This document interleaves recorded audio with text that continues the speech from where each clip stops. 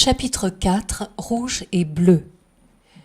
Aucune nouvelle n'avait filtré de la gendarmerie de la source territorialement compétente pour des faits survenus à Naissans et qui avait donc ouvert une enquête sur l'agression dont avait été victime la jeune Christelle Gallois. Néanmoins, lorsqu'elle fut en mesure de le faire, Christelle parla beaucoup à ses parents et tout autant à son jeune frère qui était scolarisé à l'école primaire de Naissans. De telle sorte que les sources d'information furent doubles.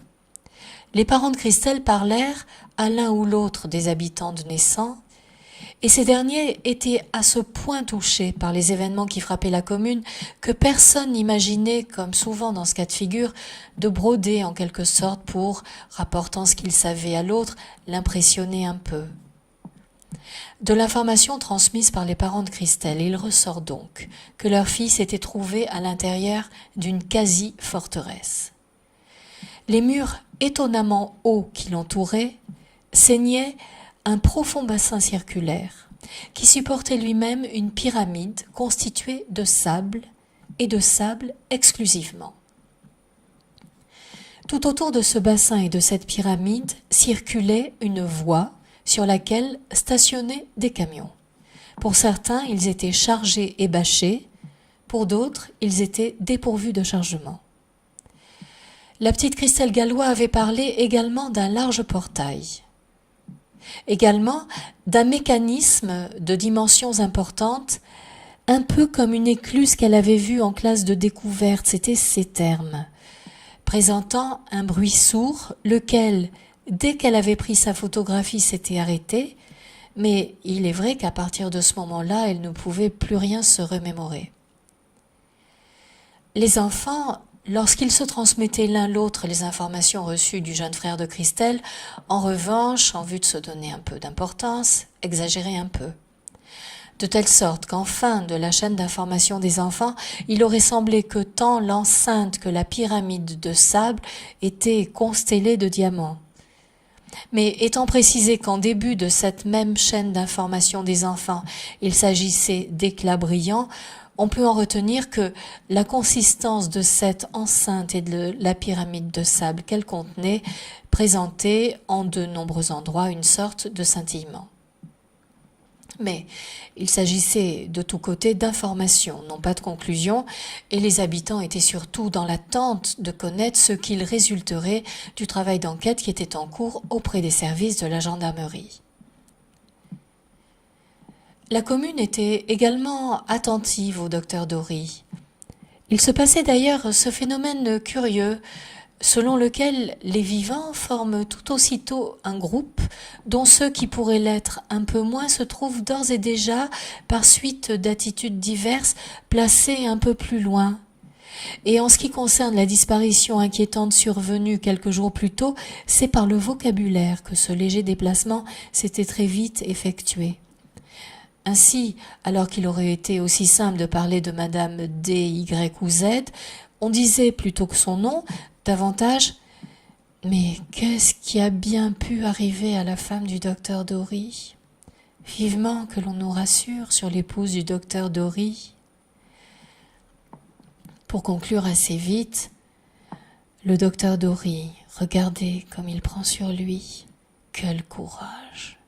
Pas un mot, pas une allusion, pas une erreur dans les prescriptions. En fait, le docteur Dory était très concentré sur toute circonstance, tout élément, toute information pouvant aider d'une manière ou d'une autre le travail d'enquête en cours sur la disparition de sa femme. D'ailleurs, il conclut plus rapidement que d'habitude la dernière visite de la fin de cet après-midi, puisqu'il souhaitait être à l'heure au rendez-vous que lui avait fixé la gendarmerie à son propre domicile. C'était le gendarme Paul Rivoire qui était de permanence cette fin de journée et le docteur Dory lui ouvrit bientôt la porte. « Voyez-vous, docteur, nous nous efforçons d'entendre toute personne susceptible de nous donner un quelconque indice et nous avons entendu Madame Sancia, votre femme de ménage. »« Oui, et alors ?» ?»«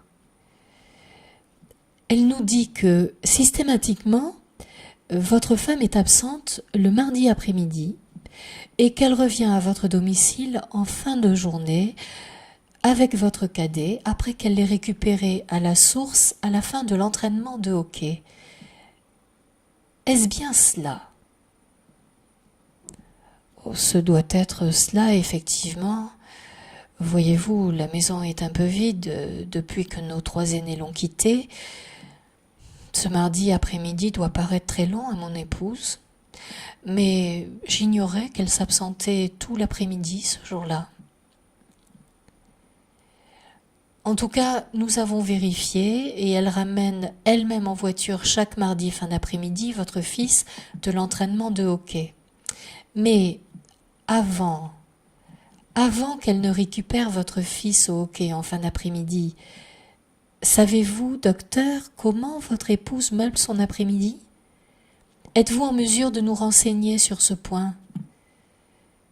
En tout cas, Madame Sancia nous a précisé que c'était systématiquement en voiture, en début d'après-midi, qu'elle partait. Oh, je ne saurais vous dire.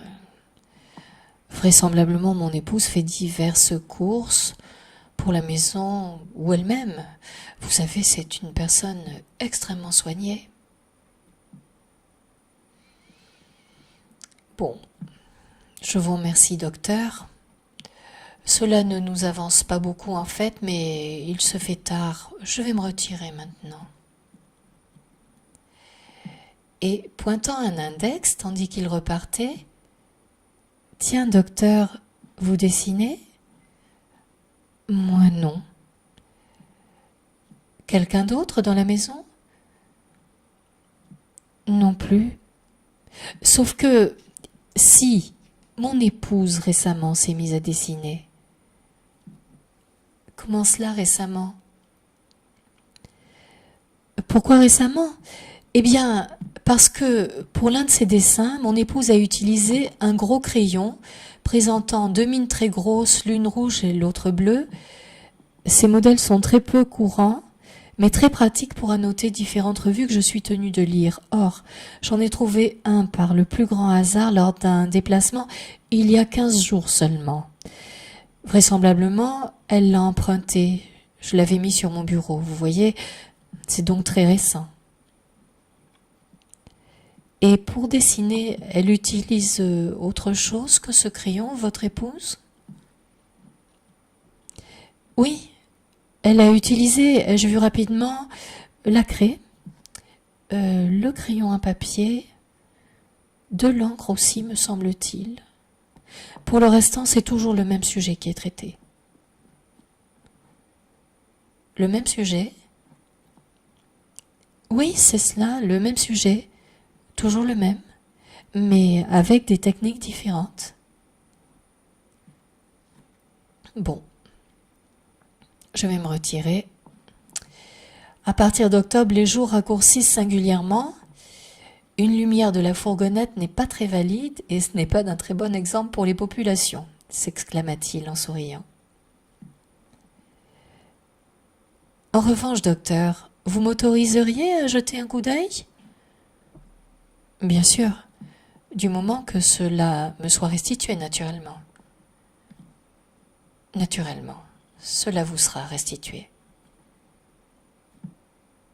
Il faisait noir désormais. Le gendarme Paul Rivoire repartit dans la nuit, un grand carton à dessin à la main.